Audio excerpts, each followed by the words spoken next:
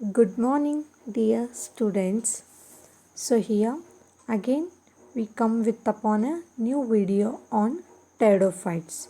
In the last session we discussed about what are pteridophytes, general characteristics of pteridophytes. So here now we are going to study classification of pteridophytes. So here the term pteridophyta was discovered by or coined by Haeckel, the scientist Haeckel.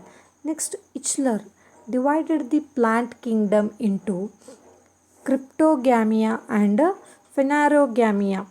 So, the Cryptogamia was further divided into Thallophytes, in that bryophyte and pteridophytes. So I already told you cryptogamous plants. What are cryptogamous plants? So it is again further divided into thallophytes. So next scientist Engler included the bryophyte and pteridophyte under embryophyta.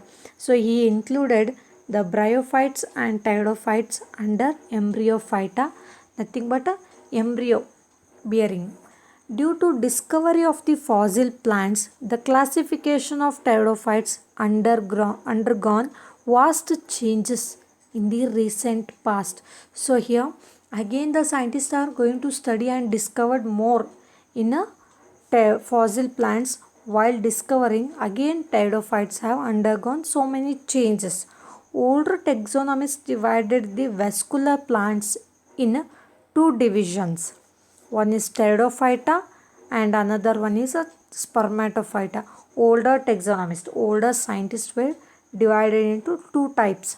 One is a pteridophyta, vascular plants, and those are a primitive form, while spermatophyta are a evolved form, nothing but a presence of seeds. However, this distinction become invalid due to the discovery of seed bearing fossil plants. So this discovery also failed or invalid, which are pteridophyta and spermatophyta, because of the seed bearing fossil plants, because of the discovery of seed bearing fossil plants like a Cycadophylicales. Next, scientist Sinnett in 1935 therefore introduced a new term, Tracheophyta, for a division which possess sporophyte with well developed vascular tissues. So here they introduced a new term, Tracheophyta, which for a division which possess sporophyte, nothing but which bear spore with a well developed vascular tissues. Here the vascular tissues are well developed. Next, Arthur J. Emis classified Tracheophyta into following four groups on the basis of nature and relation of a leaf and stem vascular anatomy and position of sporangia. Nothing but on the structure of a leaf and stem and the vascular tissue system and a position of sporangia, reproductive structure. On this basis, he again classified Tracheophyta into four groups. Those are Psilopsida, Lycopsida, Phenopsida and Pteropsida. So here next scientist Tipu in 1942 called the groups. So he called these as a groups of a Ames as a subphylum. He called Ames groups as a subphylum, but Wardlaw gave them the rank of a subdivision. First Ames gave subphylum, next Wardlaw gave them as a subdivision. According to the recommendations of ICBN, the name of a division should end with the suffix phyta. While studying the classification and nothing but taxonomy, you are going to study these also. And in your previous classes, I think you already know about these all.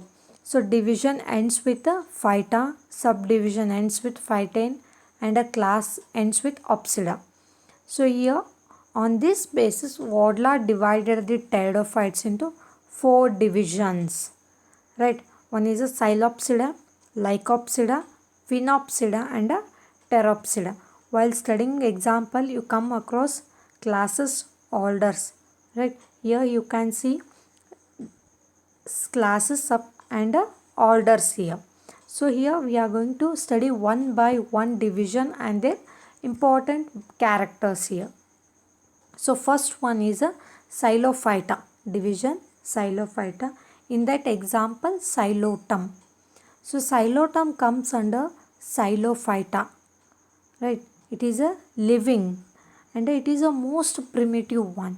Nothing but it is a most primitive and a lower form of a Pteridophyta.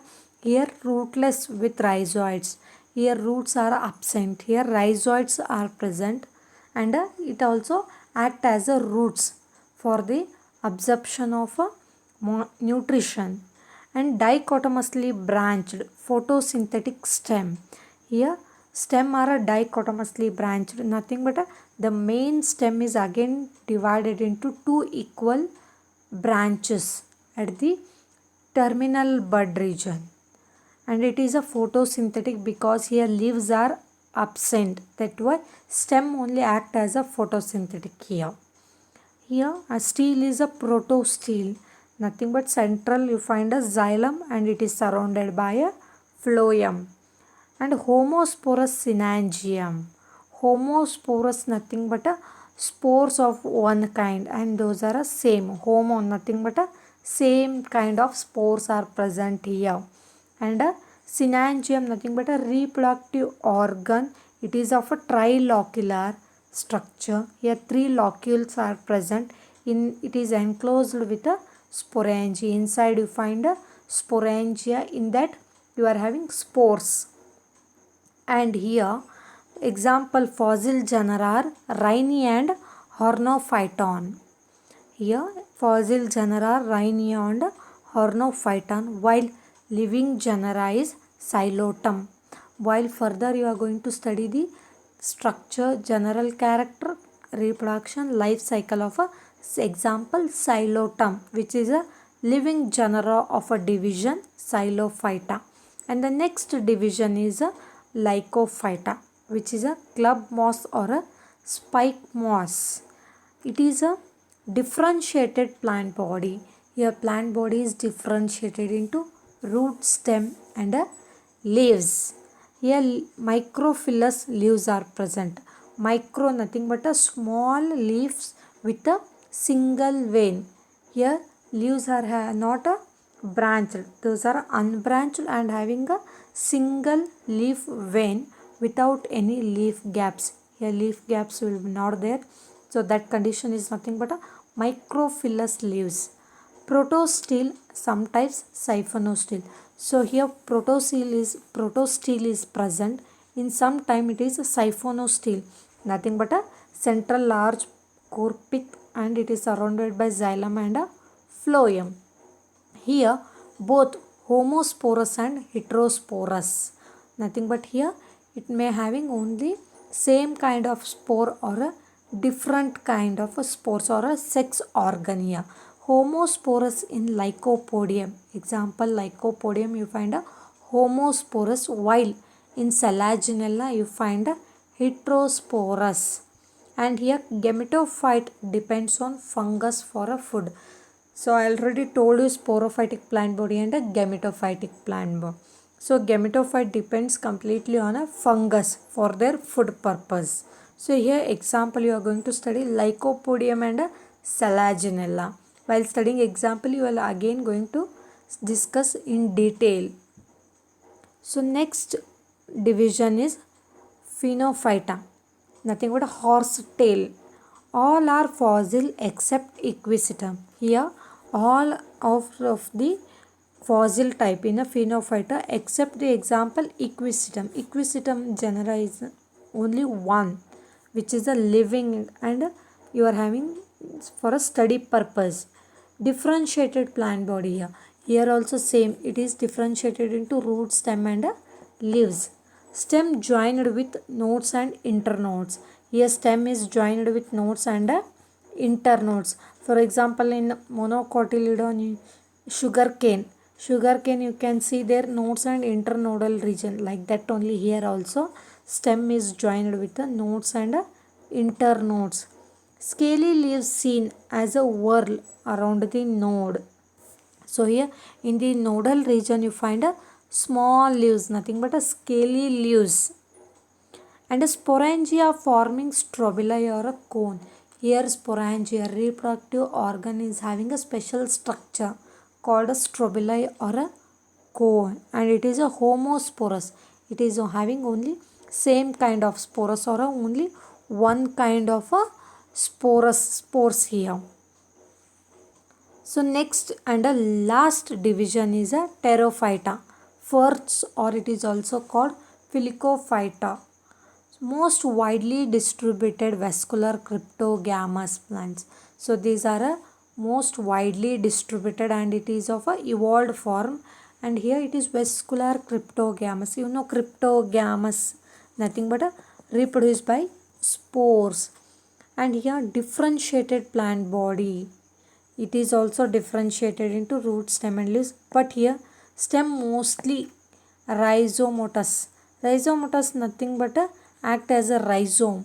Here the underground modification of stem will be underground, and there no in the nodal region, by from the nodal region the new stem and roots are come out from the underground. So you know rhizome.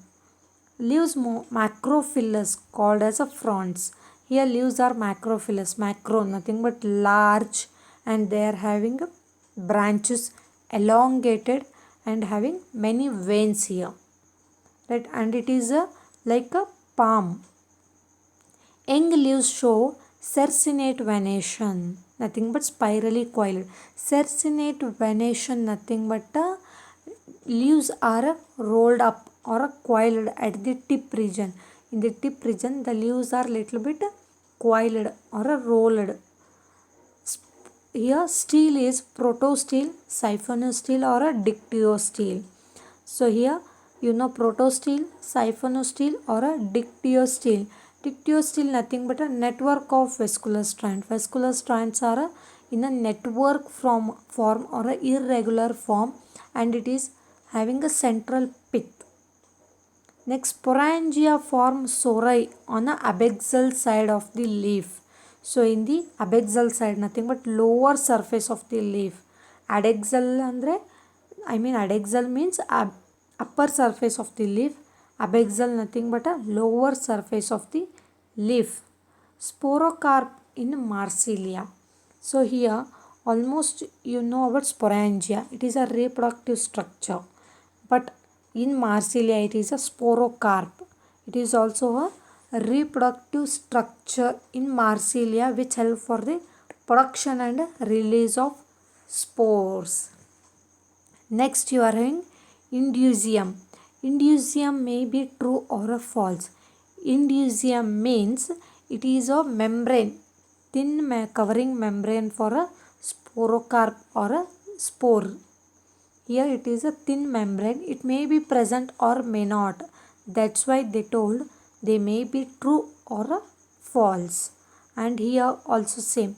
It may be homosporous or heterosporous.